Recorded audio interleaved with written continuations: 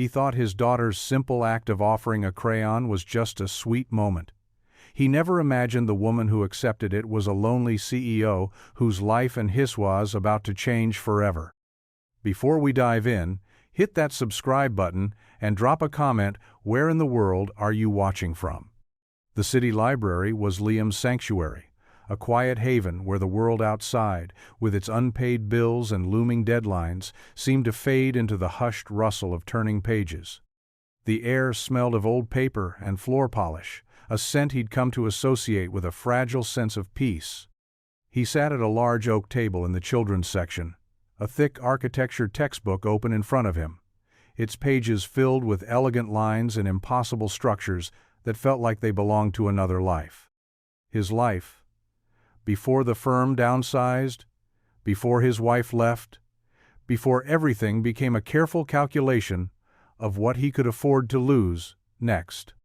Across from him, his 7-year-old daughter, Maya, was a whirlwind of quiet focus. Her brow was furrowed in concentration, her tongue peeking out from the corner of her mouth as she guided a bright blue crayon across a sheet of printer paper he'd snagged from the library's recycling bin. Her world was one of vibrant color and limitless imagination, and Liam's one remaining purpose was to protect it at all costs, to build a wall of calm around her even as his own foundations crumbled. He glanced down at his watch, a cheap digital one he'd bought after pawning his grandfather's timepiece. 2 more hours until they had to leave, 2 hours of free heat and light before returning to their small, drafty apartment. He ran a hand through his hair, the weariness settling deep in his bones. He was supposed to be designing buildings like the ones in this book, not just staring at them with a hollow ache in his chest. That's when he saw her. She was sitting alone at a table near the window, a sleek silver laptop open but untouched. She wore a simple gray turtleneck and dark trousers, clothing that was understated yet carried an undeniable air of quality. Her hair was pulled back into a neat, low bun, and her posture was perfect, almost unnervingly still. She looked like a sculpture carved from polished stone, beautiful but cold, and profoundly out of place in the cheerful chaos of the children's wing. She was staring out the window, her expression unreadable, but Liam saw the subtle tension in her jaw, the way her fingers rested on the keyboard without moving. It was the look of someone surrounded by noise, but consumed by a silence of their own. He didn't mean to stare, but there was something captivating about her stillness, a stark contrast to his own restless anxiety. Then, the moment shattered. Maya, having exhausted the potential of her blue crayon, slid off her chair with the silent grace of a tiny ninja. She clutched a waxy yellow crayon in her small fist and made a beeline for the woman's table.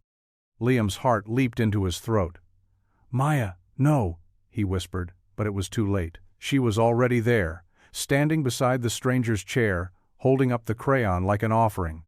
The woman turned, startled, her mask of composure cracking for a split second to reveal a flicker of surprise, maybe even vulnerability. Maya didn't flinch. "You look sad," she said, her voice clear and honest in the quiet room. "Yellow is a happy color. You can borrow it if you want." Liam felt a hot flush of embarrassment creep up his neck. He stood, ready to swoop in with a torrent of apologies, to rescue this poor, unsuspecting woman from his daughter's unfiltered compassion. But before he could take a step, the woman's expression softened. The tension in her jaw eased, and a small, hesitant smile touched her lips. It wasn't a big smile, not a practiced one, but it was real, and it transformed her face entirely. She looked down at the crayon, then back at Maya, and for the first time, Liam saw not a statue, but a person. A person who looked like she hadn't been offered a simple, unconditional kindness in a very long time. She reached out and took the crayon, her long, elegant fingers closing around the small piece of wax. "Thank you," she whispered, her voice softer than he'd expected. "I think I needed that." The woman, whose name Liam would later learn was Catherine, held the crayon like it was something fragile and foreign. She didn't use it, just rolled it between her thumb and forefinger, the bright, waxy yellow, a stark splash of color against her pale skin. Liam finally found his voice, stepping forward with an apologetic half-smile. "I am so sorry," he said, his tone low. She has a tendency to adopt people. Catherine looked up at him, and the brief warmth he'd seen in her eyes was still there, flickering beneath a surface of practiced composure. "Don't apologize," she said. "It was the most honest thing anyone has said to me all day." Her voice was smooth, a low melody that seemed at odds with the crayon she was holding. Maya, satisfied that her mission was complete, beamed. "My name is Maya. What's yours?" Liam cringed internally, but the woman didn't seem to mind. "Catherine," she replied, her gaze shifting from Maya back to him. There was an unspoken question in her eyes, a curiosity that made him feel suddenly self-conscious of his worn flannel shirt and the frayed cuffs of his jeans. "Liam," he offered, gesturing vaguely toward his daughter. "And this is my little freelance philanthropist." Catherine's smile deepened, reaching her eyes this time. "Well, it's a pleasure to meet you both." The moment hung in the air, a strange quiet bubble in the middle of the bustling library. It was clear this was where the interaction should end. He should gather Maya, offer one more apology, and retreat to their table, but he didn't move. There was something about her, an aura of profound loneliness, that resonated with his own, albeit for entirely different reasons. He was lonely because his world had shrunk. She looked lonely because hers was too vast. "I should let you get back to your work," he said finally, the words feeling like a retreat. Catherine glanced down at her laptop, its screen glowing with what looked like complex charts and data streams. "It's fine," she said, closing the lid with a soft click.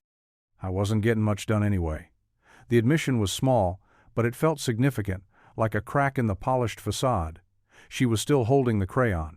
"She's very perceptive," Catherine added, her voice quieter now, almost to herself. Liam nodded, a swell of pride mixing with his anxiety. "Too perceptive sometimes. She sees things I wish she didn't have to."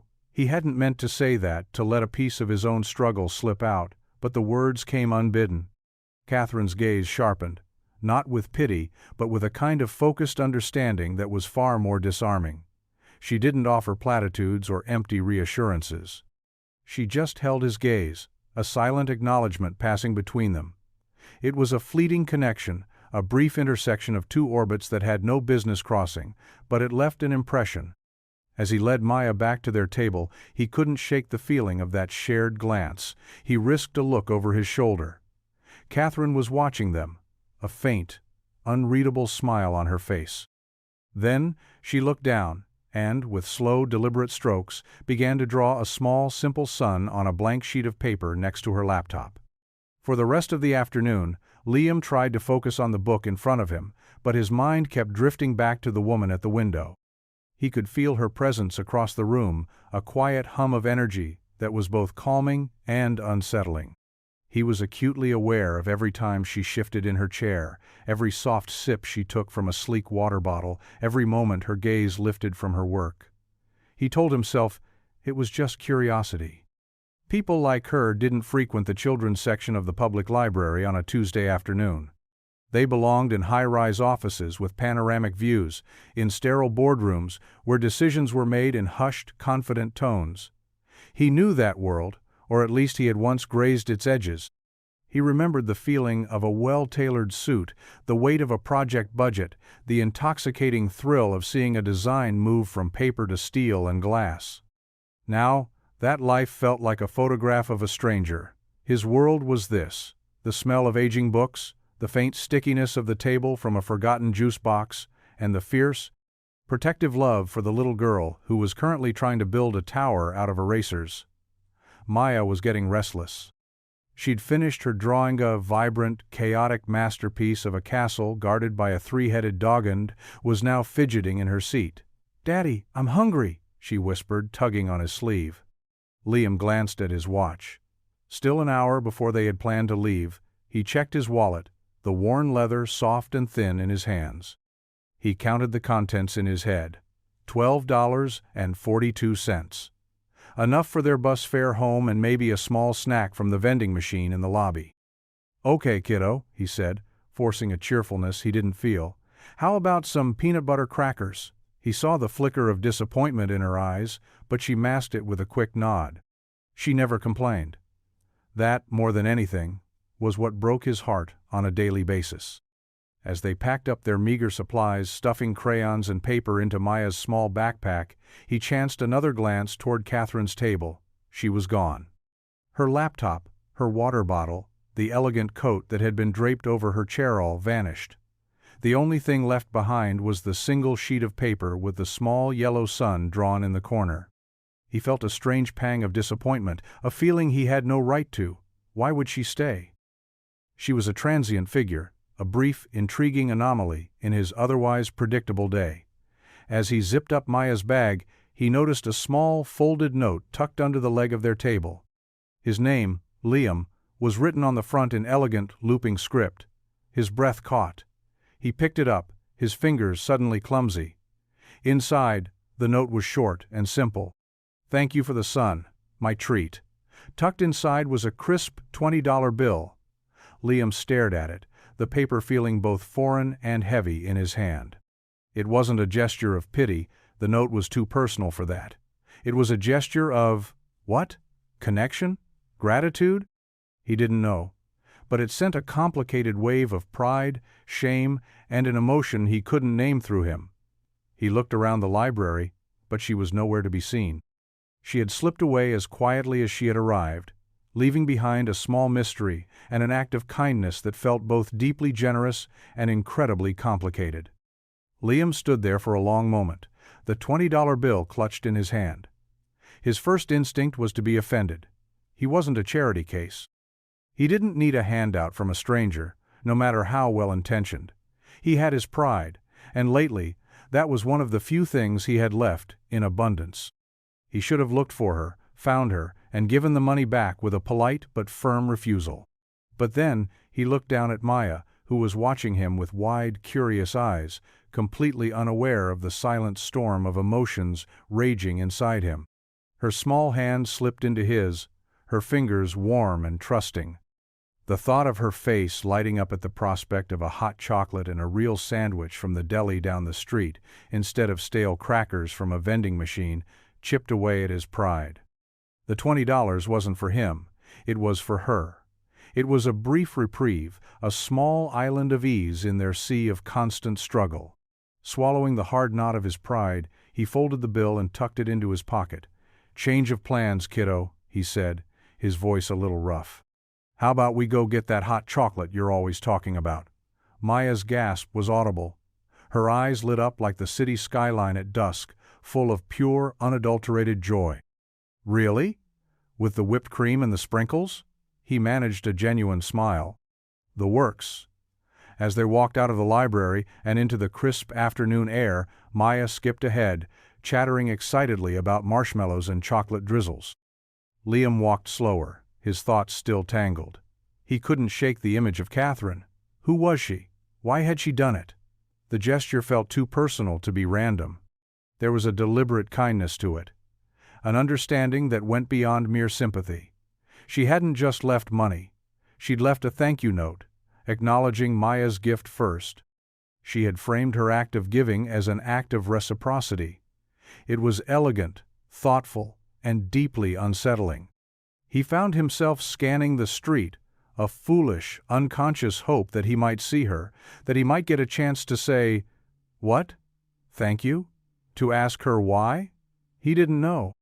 He only knew that for the first time in a long time, someone had seen past the worn-out facade to the man underneath, and instead of looking away, they had offered a quiet, unassuming light. It was a fleeting encounter, a story with no next chapter. But as he watched his daughter press her nose against the deli window, her face a perfect portrait of happiness, he felt a flicker of something he hadn't felt in months. Not hope, not yet, but something close, a possibility. The deli was warm and smelled of roasted coffee and baking bread, a stark contrast to the chilly air outside. Liam watched as Maya painstakingly chose a brownie from the display case, her small face a mask of intense concentration. He ordered her a hot chocolate and a small turkey sandwich for himself. The simple act of paying with the crisp $20 bill, feeling both like a betrayal of his self-reliance and a surrender to his daughter's happiness. They found a small table by the window, and for the next half hour the world felt blessedly simple. Maya recounted the plot of the book she was reading, her voice animated as she described brave knights and mischievous dragons. Liam listened, really listened, the usual hum of anxiety in his mind quieting for a moment. He wasn't thinking about the rent or the freelance project he was hoping to land. He was just here, in this moment, with her. As Maya licked the last of the whipped cream from her spoon, she looked at him with serious eyes. "The library lady was nice, Daddy." Liam nodded, stirring his coffee.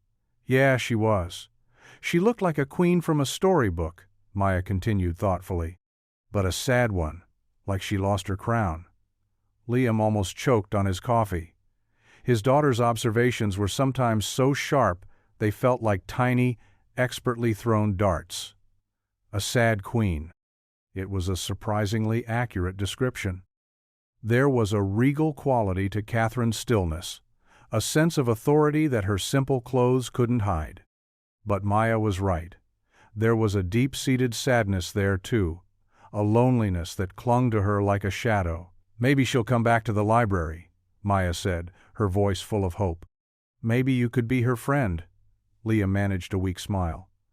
"I don't think so, sweetie. I think she was just passing through." But even as he said the words, a part of him rebelled against them. He found himself hoping Maya was right. He replayed their brief conversation, her soft voice, the way her smile transformed her face. He remembered the feel of the crayon in her hand, a small, insignificant object that had somehow bridged the chasm between their two worlds, if only for a moment. The thought was foolish, he knew. Their lives were on different tracks, heading in opposite directions. But as they left the deli and walked toward the bus stop, the city lights beginning to twinkle in the twilight, Liam couldn't shake the feeling that a single thread had been cast across that chasm. It was fragile, almost invisible, but it was there. And he found himself wondering, with a strange mix of fear and curiosity, what would happen if he or she ever decided to pull on it. 2 days later, Liam was back at the library, but this time the sense of sanctuary was gone. It had been replaced by a low-grade, humming anticipation. He told himself he was there for the free Wi-Fi, that he needed to send off another batch of applications for freelance design work. He told himself he was just there for research, to lose himself in the clean, logical lines of modern architecture. But he was lying. He was looking for her. Every time the library doors opened, his head would lift almost involuntarily.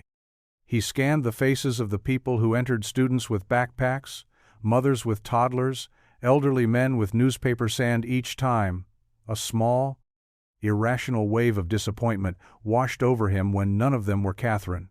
He felt ridiculous. He was a grown man, a father, acting like a teenager with a crush. He didn't even know her. She was a ghost, a beautiful, enigmatic stranger who had drifted into his life and out again, leaving nothing but a $20 bill and a swirl of unanswered questions. Maya, oblivious to her father's internal turmoil, was happily engrossed in a pop-up book about the solar system. "Daddy, did you know Jupiter has more than 70 moons?" she asked, her eyes wide with wonder. "That's a lot of moons," Liam said, his voice distracted. He forced himself to focus on his laptop screen, on the sterile interface of the job application portal. He typed his name, his credentials, his experience. He attached his portfolio, a collection of designs that felt like they belonged to a more confident, more successful version of himself. As he hit send on the third application of the day, a familiar voice cut through the quiet hum of the library.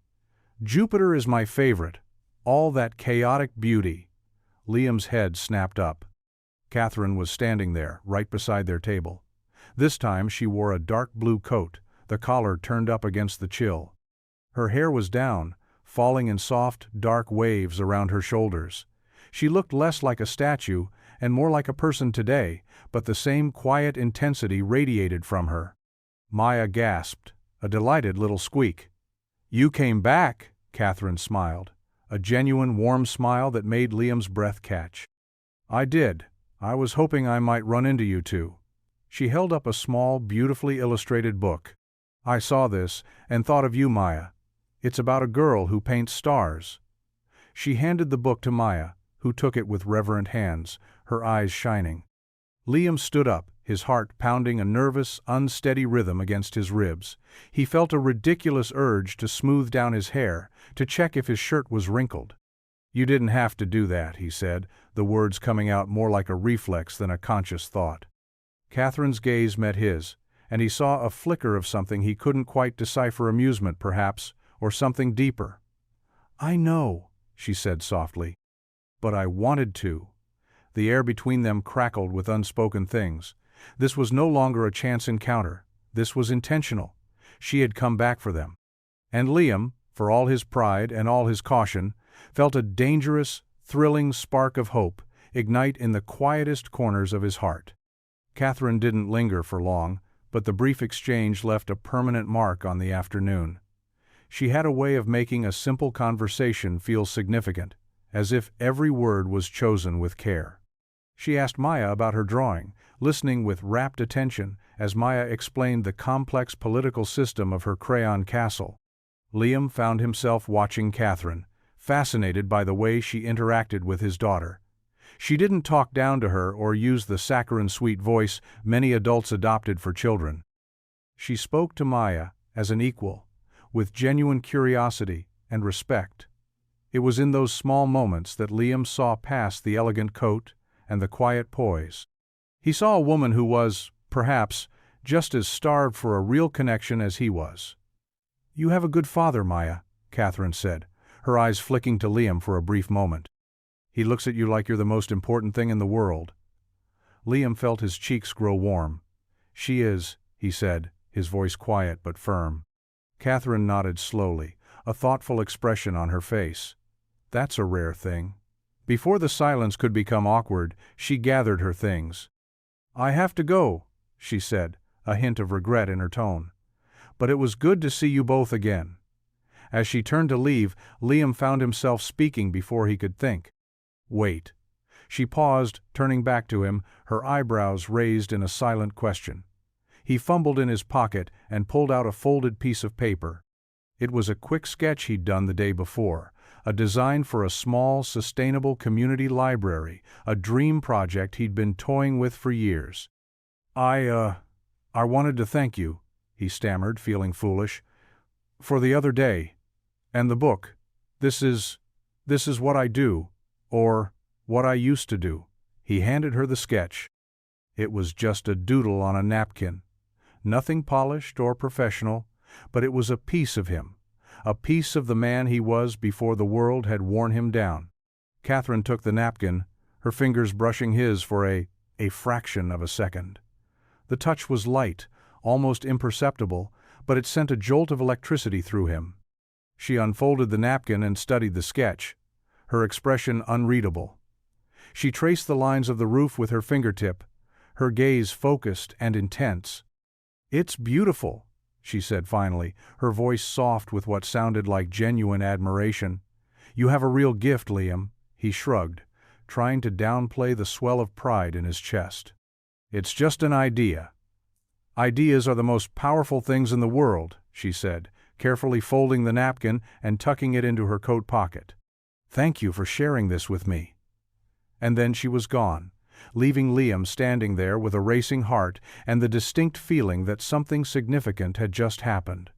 He hadn't just given her a sketch, he'd given her a glimpse into his soul. And she hadn't just accepted it, she had honored it. The thread between them, once fragile and thin, now felt a little stronger, a little more real. A week passed, and the library became their unofficial meeting spot. It was never planned, never spoken of, but twice more that week, Catherine appeared, always with a quiet smile and a book or a small puzzle for Maya. Their conversations were brief, islands of calm in the sea of their separate lives, but they were charged with a growing sense of intimacy. Liam learned small things about her: that she preferred tea to coffee, that she loved the smell of old books, that she found the predictable rhythm of the city traffic somehow soothing. She learned things about him too, that he dreamed of designing affordable, beautiful housing, that his favorite thing to cook was a slightly burnt grilled cheese, and that he worried constantly about Maya growing up without the things other kids had. He never asked what she did for a living, and she never offered. There was a silent agreement between them to exist only in this space, in these moments, unburdened by the weight of their lives outside the library walls. He knew she was wealthy. It was obvious in the quality of her clothes, the quiet confidence she exuded, the way she never seemed to be in a hurry. But he didn't care.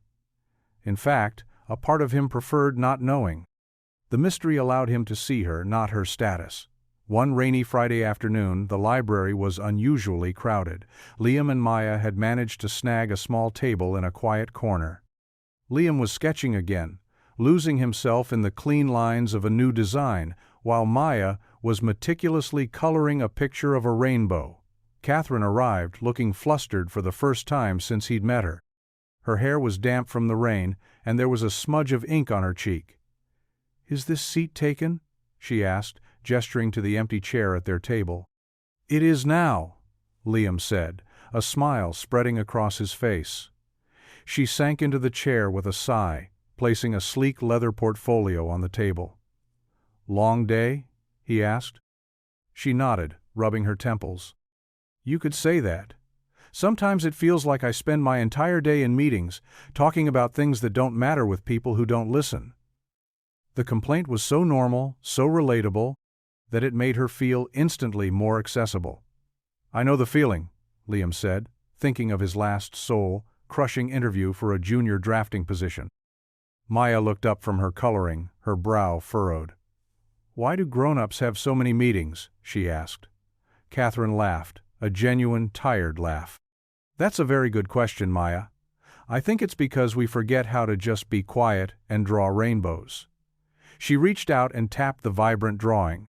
"This is much more important than anything I did today."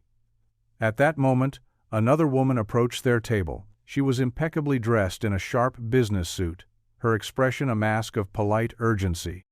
"Catherine," she said, her voice low but firm. "We have a call with the Tokyo board in 10 minutes. They're waiting." Catherine's face shuddered. The brief, soft vulnerability vanished, replaced by a cool, professional mask. The Queen had found her crown again. "I know, Sarah. I'll be right there." She stood up, her movements suddenly crisp and efficient. She gave Liam and Maya a fleeting, apologetic smile. "I'm sorry. I have to go." Liam just nodded, a strange emptiness settling in his stomach. The bubble had burst. The real world, her real world, had intruded. As Catherine walked away, following the woman in the suit, Liam saw the name on the portfolio she'd left behind. Sterling Development. A name he knew. A name everyone in the city knew. They were one of the largest, most powerful real estate development firms in the country, known for their billion-dollar high-rises and ruthless business tactics. And Catherine? She wasn't just an employee. The way the other woman deferred to her, the authority in her voice, it was all clear now. He felt a cold dread seep into his bones. The sad Queen wasn't just wealthy. She was royalty. The realization hit Liam like a physical blow. Sterling Development. Catherine Sterling. The name echoed in his head, rearranging everything he thought he knew about her. He had seen her name in the business section of the newspaper, on billboards advertising luxury condos he could never afford to walk into, let alone live in. She wasn't just a woman with a good job. She was a titan of industry, a figure of immense power and influence. The quiet, gentle woman who admired his sketches and laughed at his daughter's jokes was the same woman whose company was famous for projects that often displaced communities, a company that represented everything he, with his dreams of sustainable, human-centric architecture, stood against. He felt a wave of nausea. Had this all been a game to her? A little social experiment? Was he her pet project, the struggling artist she could patronize to feel better about her cutthroat corporate life? The thought was ugly, but it took root in the fertile ground of his insecurity. He looked at the book she had given Maya, at the memory of the $20 bill, at the napkin sketch she had tucked so carefully into her pocket. Every act of kindness now seemed tainted, colored by the vast, unbridgeable chasm of her wealth and power. He felt like a fool. He had let himself be vulnerable, had shared a piece of his dream with her, and all the while, she was a world away, looking down from a height he couldn't even comprehend. He quickly packed their things, his movements jerky and abrupt. "Come on, Maya, we're leaving," he said, his voice harsher than he intended. Maya looked up, her expression confused and a little hurt. "But why? We didn't finish." "We're done," he said, his tone leaving no room for argument. He avoided looking in the direction Catherine had gone. He didn't want to see her again. He didn't want to face the confirmation of what he now suspected, that he was nothing more than a momentary diversion in the life of a billionaire. As they rushed out of the library, the warm, comforting scent of old books now felt suffocating. The sanctuary had become a cage, and he had been the one on display. The rain was still falling, a cold, steady drizzle that matched the sudden chill in his heart. He pulled Maya's hood up, shielding her from the weather, his mind racing. He had to end this. He couldn't let Maya get any more attached to a woman who lived in a different universe, a woman for whom they were likely just a quaint, passing anecdote. He had to protect his daughter, and he had to protect what was left of his own fragile pride. The thread between them hadn't just been pulled, it had been revealed to be a steel cable, and he was dangling from it, utterly powerless. He wouldn't allow it. He wouldn't be her charity case. Liam spent the next 2 days in a state of agitated misery. He avoided the library, telling Maya they needed a break to explore other parts of the city, a lie that felt thin and brittle on his tongue. He tried to throw himself into his job search, but his focus was shot. Every time he closed his eyes, he saw Catherine's face, not as the powerful CEO, but as the sad, quiet woman who had smiled at his daughter's offer of a crayon. The two images warred in his mind, leaving him feeling confused and angry. On the 3rd day, a package arrived at their apartment. It was a long, cylindrical tube, the kind used for architectural blueprints, addressed to him in the same elegant script he now recognized. There was no return address, but he knew who it was from. His hands trembled slightly as he opened it. Inside, rolled up and tied with a simple silk ribbon, was not a blueprint, but a professional, high-quality print of his napkin sketch. It had been beautifully rendered, the lines clean and sharp, the colors vibrant. It looked like a page torn from a high-end architectural magazine. Tucked inside the roll was a note. "Liam, I know you saw the name on my portfolio. I know what you must be thinking. Please, let me explain. I wasn't being dishonest, I was just trying to be myself for a little while, without the name attached. That person you met in the library. The one who loves Jupiter and burnt grilled cheese, that's the real me. The CEO is just a job. Please, meet me. Our usual spot, 3 p.m. tomorrow. Catherine." The note was a plea, a bridge offered across the chasm he had been so determined to widen. Part of him wanted to throw it away, to ignore it, to cling to the righteous anger that was so much safer than the alternative. But the print of his sketch, that was a different kind of message. She hadn't just acknowledged his dream, she had elevated it, shown him what it could look like, what he could look like. It was an act of profound respect, not pity. It was a gesture that said, "I see you. I see your talent." He sat on the floor of his small living room, the print spread out before him, the scent of fresh ink filling the air. He looked at the clean lines, the thoughtful design, the dream he had almost let die. And then he looked at the note again, the real me. He didn't know if he could believe her. He didn't know if he could trust her, or himself. But he knew he had to go. He had to know which version of Catherine was the truth, the powerful, untouchable CEO, or the sad queen who had been captivated by a child's simple offering of a yellow crayon. The next day, Liam walked into the library feeling like he was walking into an arena. The familiar space felt charged with tension, every quiet rustle of paper sounding like a judgment.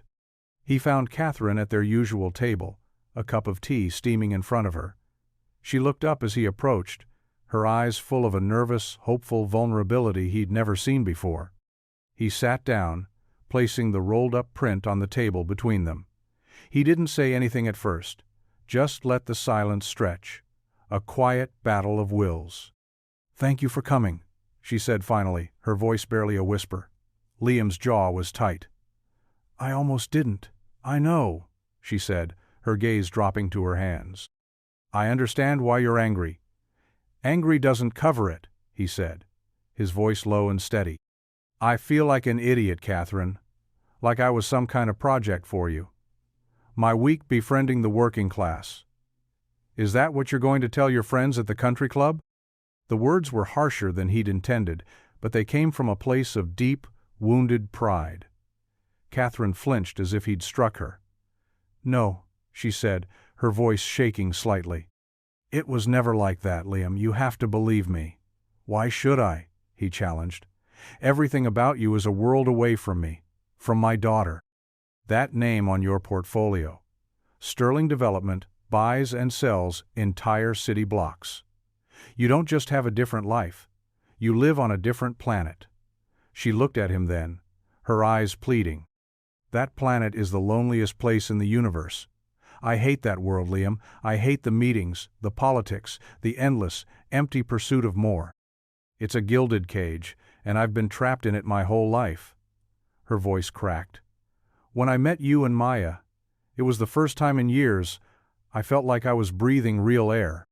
You didn't want anything from me. Maya just saw me. A sad person who needed a happy color. Do you have any idea what that felt like?" He didn't respond, his anger beginning to war with a reluctant empathy.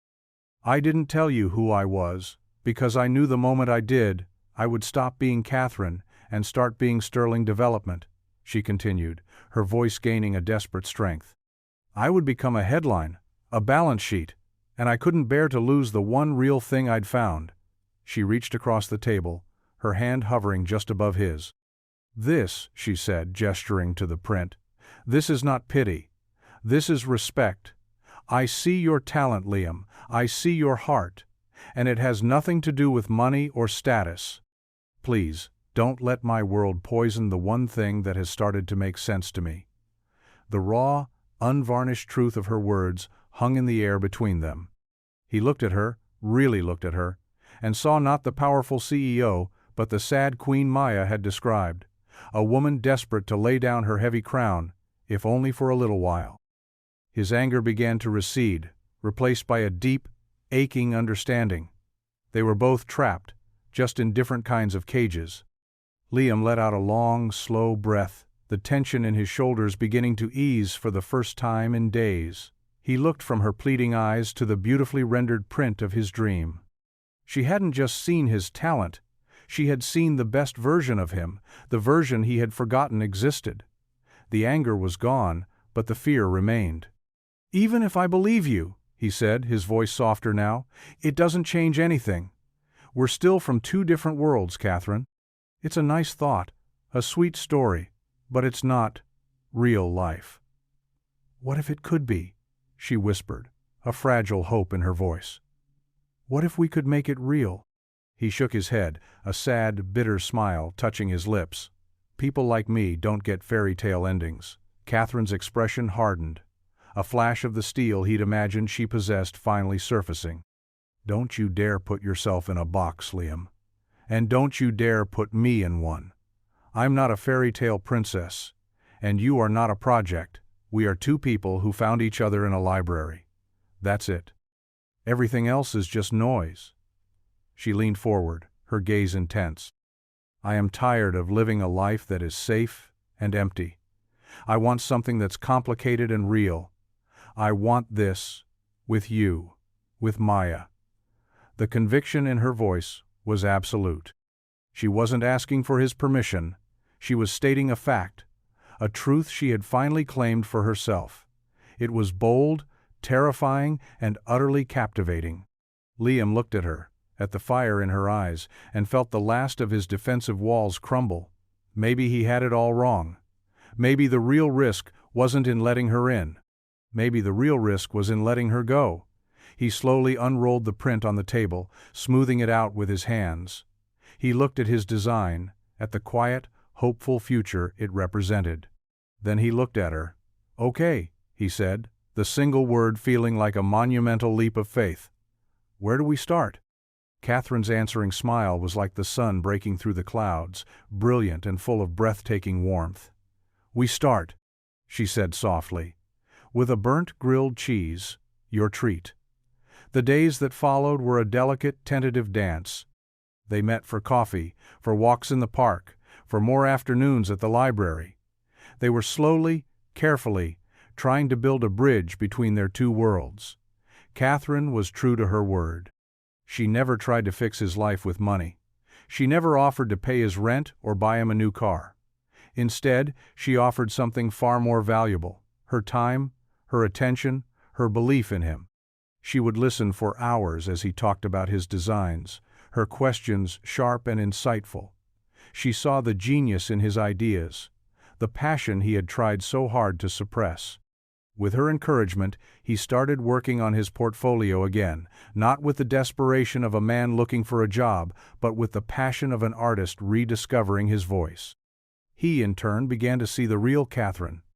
He saw the woman who would get down on the floor to build elaborate Lego castles with Maya, the woman who had a surprisingly goofy laugh, the woman who was terrified of spiders but fascinated by thunderstorms. He learned about her lonely childhood, about the immense pressure she had been under since she was a teenager, about her own dreams of starting a foundation to support arts and community spaces. One Saturday, she invited them to her apartment. Liam had been dreading it, picturing a sterile, opulent penthouse that would only serve to highlight the chasm between them. But while her apartment was indeed in a sleek high-rise with breathtaking views, it was surprisingly empty. The furniture was elegant but sparse. The walls were bare, save for one single framed piece of art hanging in the entryway: his napkin sketch of the community library. He stood staring at it, his throat tight. "I told you," she said, coming to stand beside him. "Ideas are the most powerful things in the world. This one reminded me of what I was supposed to be doing." Later, as Maya happily explored the vast living room, Catherine led him to her home office. It was a minimalist space, dominated by a large desk and a wall of screens displaying stock tickers and market analyses. In the corner, however, was a small, simple easel. On it was a canvas, half-finished, a swirl of bright, abstract colors. "I used to paint," she said, a hint of shyness in her voice.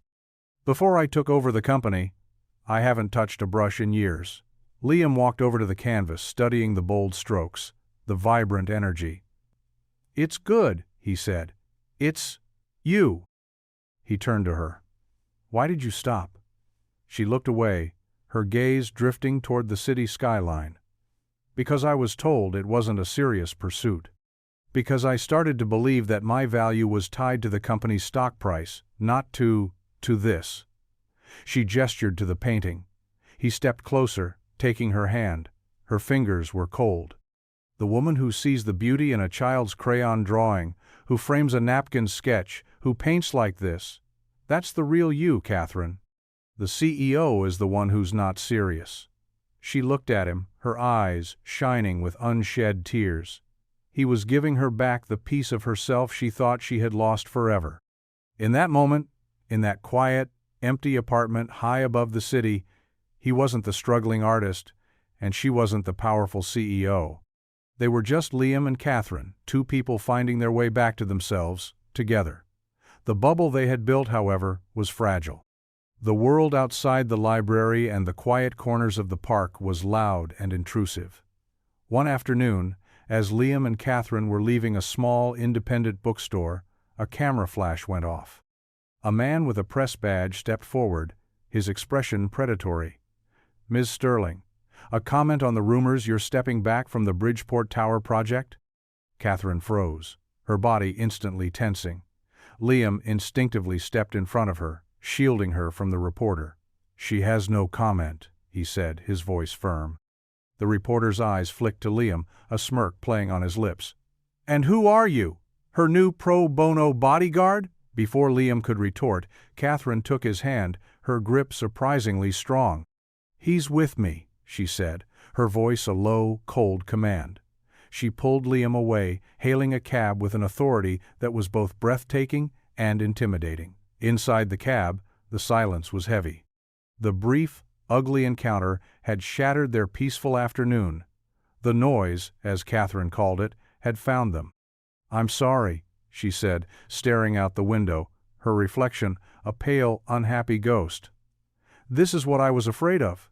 "It's not your fault," Liam said, though his own heart was pounding. He had felt a surge of helpless rage at the reporter's sneering tone. "It's my name," she said, a bitter edge to her voice. "It's a target. And now, you're standing next to it." The incident was a harsh reminder of the reality they were trying to ignore. Their relationship couldn't exist in a vacuum. Her world was one of headlines, rumors, and relentless public scrutiny, and he, by simple association, was now part of that narrative. That evening, after he put Maya to bed, he saw the first article online. Billionaire CEO Catherine Sterling steps out with mystery man. The photo was grainy, but it was them. Him, looking angry and protective. Her, looking tense and unhappy. The comments section was a cesspool of speculation. Was he a gold digger? A secret lover? Was she having a breakdown? Liam felt sick. They were turning their quiet, tentative connection into a sordid, public spectacle. He thought about Maya. What would happen when her classmates saw this? What would they say? The fear he'd felt when he first learned Catherine's identity came rushing back, stronger than ever. He was a father first. His primary duty was to protect his daughter from this kind of ugliness. He loved Catherine. He was starting to realize just how much, but was that love worth exposing Maya to the corrosive glare of the public eye? He didn't know. He just knew that the bridge they had been so carefully building suddenly seemed impossibly long, crossing a chasm that was deeper and more treacherous than he had ever imagined. The media attention didn't fade, it intensified. Paparazzi started lurking near Liam's apartment building, their long lenses like vultures waiting for a scrap of drama.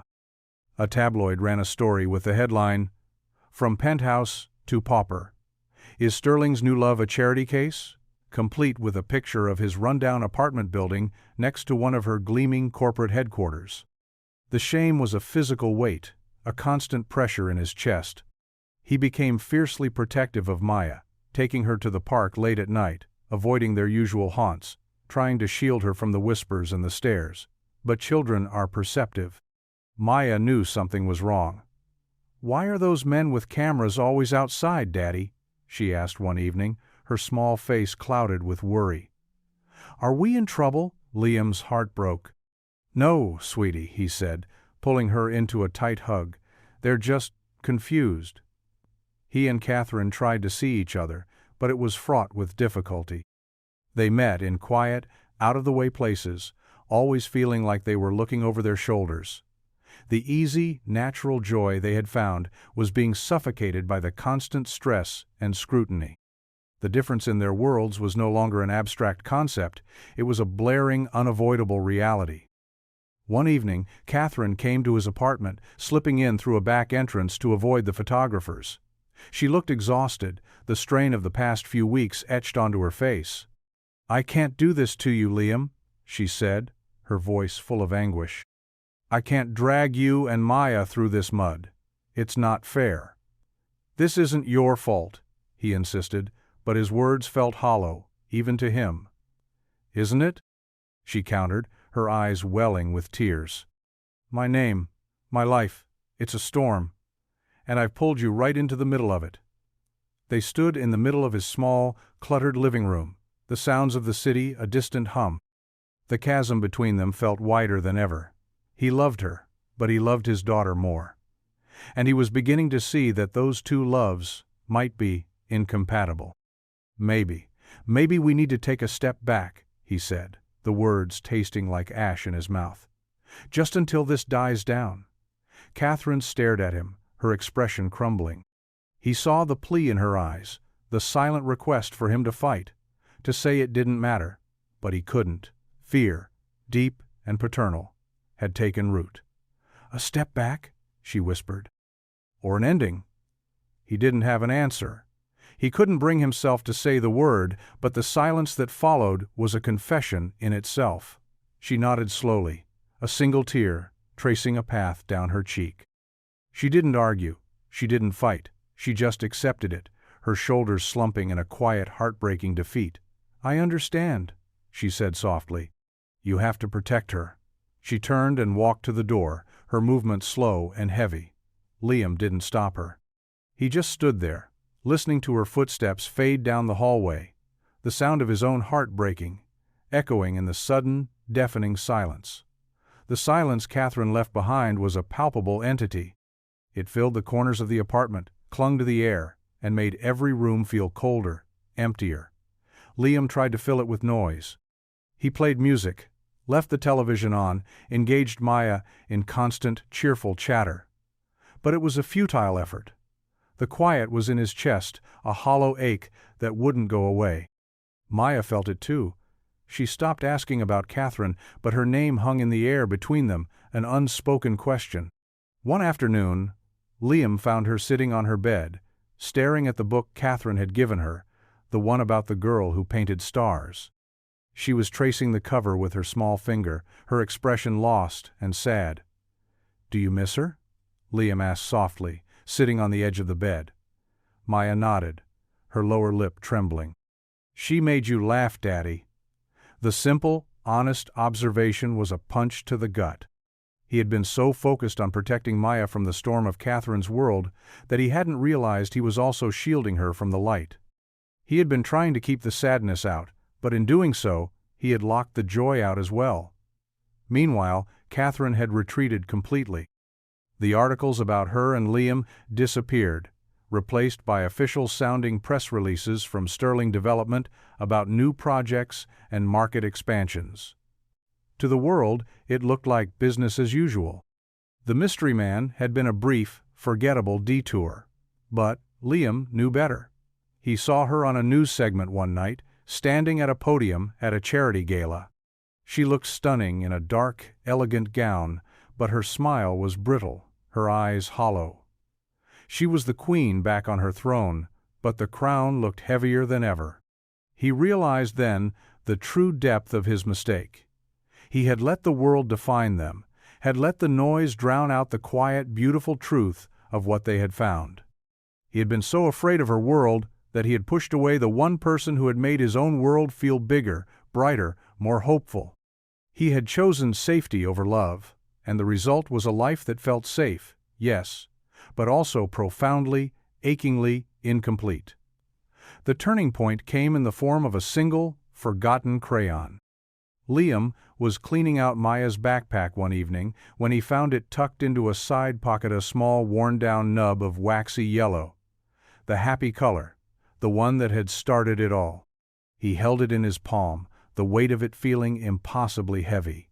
It was a symbol of everything he had gained and everything he had let go. At that moment, he knew he couldn't live in the quiet anymore. He couldn't let fear write the end of their story. The next morning, he made a decision. He took the day off from his job search. He packed a small bag for Maya, and together they took a bus to the one place he knew he might find a piece of the real Catherine. They went to the city's contemporary art museum. It was a long shot, a wild guess based on a half-finished painting in an empty apartment, but it was all he had. They wandered through the bright, airy galleries for hours. Liam pointed out the different styles to Maya, explaining the use of color and texture, his old passion for art and design reawakening. Finally, in a quiet wing dedicated to local artists, he saw it. A single painting, larger than the others, a vibrant, chaotic explosion of color. It was unsigned, but he knew the style instantly. The title on the placard read, "Untitled, The Sun and the Storm." He stared at it, his heart pounding. It was her soul on a canvas, the chaos, the beauty, the sadness, the hope. Standing in front of that painting, he understood. He hadn't been a detour in her life, he had been a catalyst. He had reminded her of the part of herself she had forgotten, just as she had reminded him of his own forgotten dreams. As he stood there, lost in thought, a museum guard approached him. "Excuse me, sir. Are you Liam?" Liam blinked, surprised. "Yes." The guard handed him an envelope. "A woman asked me to give this to you if you ever came." His hand shook as he opened it. The note inside was simple. "I knew you'd find me here. I'm not giving up on us, Liam. Not now. Not ever. Meet me where it all began." Liam looked at Maya, who was staring up at the painting with wide, reverent eyes. "It looks like a happy feeling, Daddy." He knelt down and hugged her tight, the scent of her hair and the warmth of her small body grounding him. "It is, sweetie," he whispered, his voice thick with emotion. "It is." He took her hand, and together they left the museum, not with the quiet desperation of a man chasing a lost love, but with the steady, certain purpose of a man going home. They went back to the library. The afternoon sun streamed through the large windows, illuminating dust motes dancing in the air. The room was quiet, peaceful, a world away from the chaos of the city outside. And there she was at their table, a book open in front of her, a cup of tea by her side.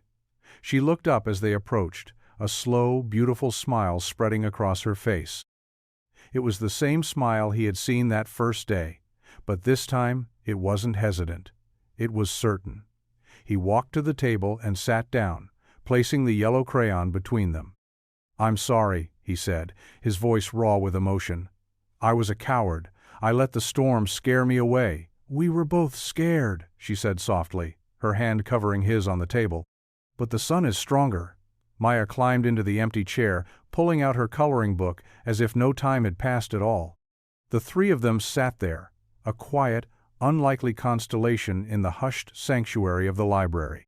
There were still 1,000 obstacles between them, 1,000 differences that wouldn't magically disappear. Her life was still one of boardrooms and headlines, and his was still one of careful budgets and freelance dreams. But as he looked at Catherine, at the love and strength shining in her eyes, he knew that they would face it together. The bridge between their worlds wasn't made of steel or money. It was made of simpler, stronger things: a shared glance, a child's drawing, a moment of kindness, a yellow crayon. It was real, and this time they wouldn't let it break. The reconciliation wasn't a magic wand. Life didn't suddenly become easy. The paparazzi didn't vanish overnight, and the chasm between their financial realities was still there. But what had changed was their approach. They stopped hiding. They decided to face the storm together, on their own terms. Catherine made the first move. She called a press conference, but not the kind her board expected. She didn't discuss quarterly earnings or new projects. She stood at the podium, looking poised and confident, and she told her story. She spoke of the pressures of her position, of her struggle with loneliness and burnout, and of her desire to lead a more authentic life. Then she spoke about Liam.